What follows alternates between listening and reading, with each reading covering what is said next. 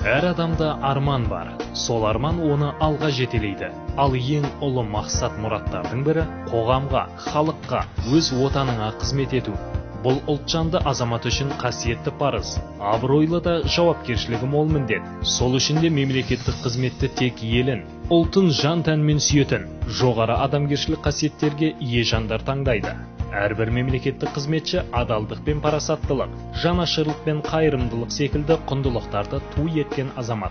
Сондықтан да мемлекеттік қызмет саласы, көзқарасы бір, өмірлік ұстанымы ұқсас. Ұлтына қызмет етуді өзінің парызы деп санаған жастардың басын біріктірген мықты күшке айнала білді.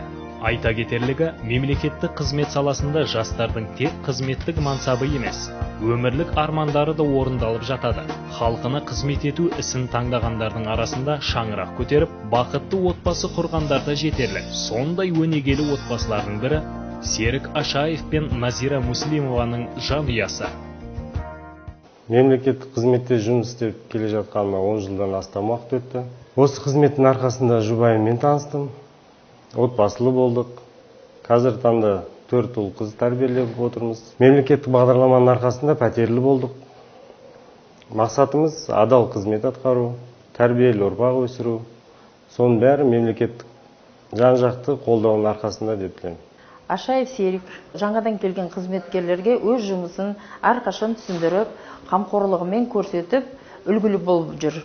Отбасына да үлгілі қызметкер. Әл-Фараби аумақтық сот орындаушы бөлімінде қандай да тапсырма берсең, уақытылы және заң шеңберінде барлық қызмет жұмыстарын жасап, барлық жаңадан келген қызметкерге үлгілі болып қызмет жасап келеді. Сарыағаш өңіріндегі Дербісек ауылының тумасы Назира Рүстемқызы жастайынан елге қызмет ету саласында жұмыс істеуді аңсады.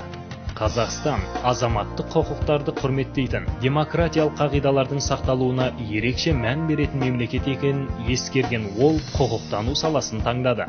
11 жыл болды отбасы құрып шаңырақ көтергенімізге. Балаларымыздың үшеуі мектеп жасында, кішкентайымыз 1,5 жаста. Жұмыстың қызықшылығымен қоса қиындықтарында бір-біріміздің түсіне білеміз. Керек жерінде көбінесе бір-бірімізге кеңес беріп, ақылымызды айтамыз бір-бірімізге. Сондай-ақ мынау күнделікті бала-шаға отбасында да балаларымызды мектепке тасуға да бір-бірімізге қолғабыс жасап көмек беріп отырамыз. Елбасымыз Нұрсұлтан Әбішұлы Назарбаев отбасы Қазақстан қоғамының діңгегі, экономиканың, мәдениеттегі, әлеуметтік саясаттағы барлық жаңа жетістіктер негізі деген болатын. Меритократия қағидасы сыбайлас жемқорлықты тамырмен жоюға, шындығымен тең мүмкіндіктің және әділдіктің арқасында мемлекеттік қызметке тек сауатты да білікті маманның өтуіне ықпал жасайды. Төменгі саты, яғни жетекші маман қызметінен бүгінгі таңда Оңтүстік Қазақстан облыстық әділет департаментінің бөлім басшысы қызметінде жұмыс жасаудамын. Бақытты отбасын құрған Серік пен Назира бүгінде бір салада еңбек етіп келе жатуын тағдырдың ерекше сыйы деп біледі. Иә, бұл еліне адал қызмет ету жолын таңдаған бақытты жандардың жарқын мысалы.